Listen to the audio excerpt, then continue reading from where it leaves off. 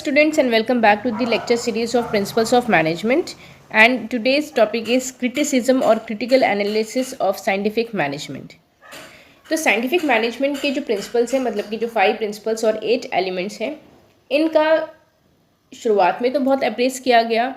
F.W. Taylor को father of scientific management भी इनको अवॉर्ड किया गया, लेकिन आगे चल के कई तरीके की क्रिटिसिज्म भी इन प्रिंसिपल्स ने या इन्होंने कई सारे क्रिटिसिज्म को भी फेस किया है। तो लोगों ने ये बोला कि ये जो साइंटिफिक मैनेजमेंट के प्रिंसिपल्स दिए हैं, ये मैनेजमेंट पर्सपेक्टिव से ना होके ये इंजीनियर पर्सपेक्टिव के ऊपर ज़्यादा है, क्योंकि ये जो प्रिंसिपल्स हैं ये तो ऑपरेशनल इफ़िशिएंसी को लेके बनाए गए हैं, मतलब लोअर लेवल के लिए ये प्रिंसिपल्स बनाए गए हैं। तो एक तरीके से ये प्रिंसिपल एक्सप्लॉयटेशन भी कर रहे हैं वर्कर्स का। तो देखते हैं कि क्रिटिसिज्म किन बेसिस पे हुआ है। It creates awareness about increasing operational efficiency at the shop floor level by systematic method as against the rule of thumb। तो इसमें कहा गया है कि ऑपरेशनल लेवल पे इफ़िशेंसी को बढ़ाने के लिए या शॉप फ्लोर लेवल पे इफ़िशेंसी को बढ़ाने के लिए इन प्रिंसिपल्स को बनाया गया है, और ये जो प्रिंसिपल्स हैं वो सिस्टमैटिक तरीके से काम करते हैं, ना कि रूल ऑफ थंब के बेसिस पे काम करते हैं। However, the principle of scientific management were not concerned with the problem at the operative level and didn't emphasize management of an organization from the manager's point of view। लेकिन इसमें यह भी कहा गया है कि जो प्रिंसिपल्स बनाए हैं ये ऑपरेटिव लेवल पे जो प्रॉब्लम्स आ रही हैं उनको एम्फेसाइज नहीं करती हैं, और ना ही मैनेजमेंट लेवल पे जो भी प्रॉब्लम्स मैनेजर्स फेस कर रहे हैं ना ही वो उनको एम्फेसाइज करती हैं। Therefore, it was more relevant from the engineering point of view rather than management point of view।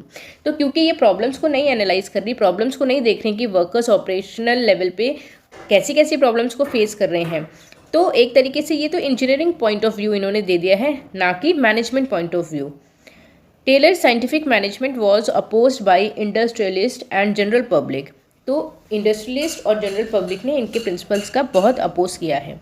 तो इसको अपोज करने में इन्होंने मेजर 4 रीजंस दिए हैं। वो 4 रीजंस क्या हैं? तो सबसे पहला रीज़न था, there were many of the followers of Taylor who took aggressive mechanical view of production side by human aspect at the workplace। This created aggressive attitude among workers। तो टेलर के कई सारे सपोर्टर्स भी थे, followers भी थे, और ये जो फॉलोवर्स थे इन्होंने टेलर के जो साइंटिफिक मैनेजमेंट के प्रिंसिपल्स हैं उसका मैकेनिकल आस्पेक्ट ज़्यादा देखा। मैकेनिकल आस्पेक्ट देखने का मतलब कि हमें प्रोडक्शन को कैसे भी बढ़ाना है ऑर्गेनाइजेशन में, हमें मैक्सिमम प्रोडक्शन को ऑर्गेनाइजेशन में लेके आना है, और human aspect of work place के बारे में इन्होंने नहीं देखा कि वहाँ पे मैक्सिमम जब आप प्रोडक्शन करा रहे हो तो आप वर्कर्स को भी एज ए मशीन और एज ए टूल आप वहाँ पे यूज़ कर रहे हो। तो एक एग्रेसिव एटीट्यूड वर्कर्स का हो गया F.W. टेलर के टूवर्ड, कि इन्होंने जो है केवल प्रोडक्शन मैक्सिमाइजेशन की बात की है, इन्होंने कहीं से भी कोई ह्यूमन एस्पेक्ट की बात नहीं की।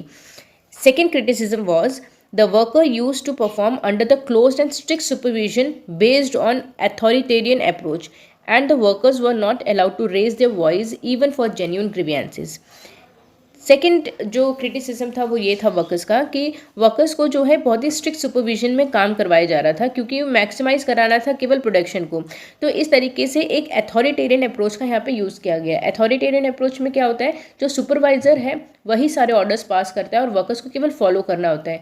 वर्कर्स जो है अपनी जेन्युइन ग्रीवियंसेस के लिए भी अपनी वॉइस को रेज नहीं कर सकते। तो as a machine and tool workers को वहाँ पर यूज़ किया जा रहा था। Third criticism was there was lack of scientific standardization of work, and whatever standards used to be set by the management, the worker has to strictly follow it।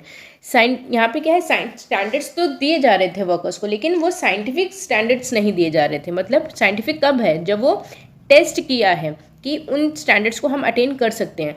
यहाँ पे क्या कर रहे थे, बहुत ही हाई स्टैंडर्ड्स वर्कर्स को दिए जा रहे थे और स्ट्रिक्टली मैनेजमेंट उनसे काम करवा रहा था और कह रहे थे कि उन स्टैंडर्ड्स को आप कैसे भी करके अटेन करो, और ये चीज़ वर्कर्स नहीं कर पा रहे थे। Fourth criticism was differential piece rate system was the most crucial element.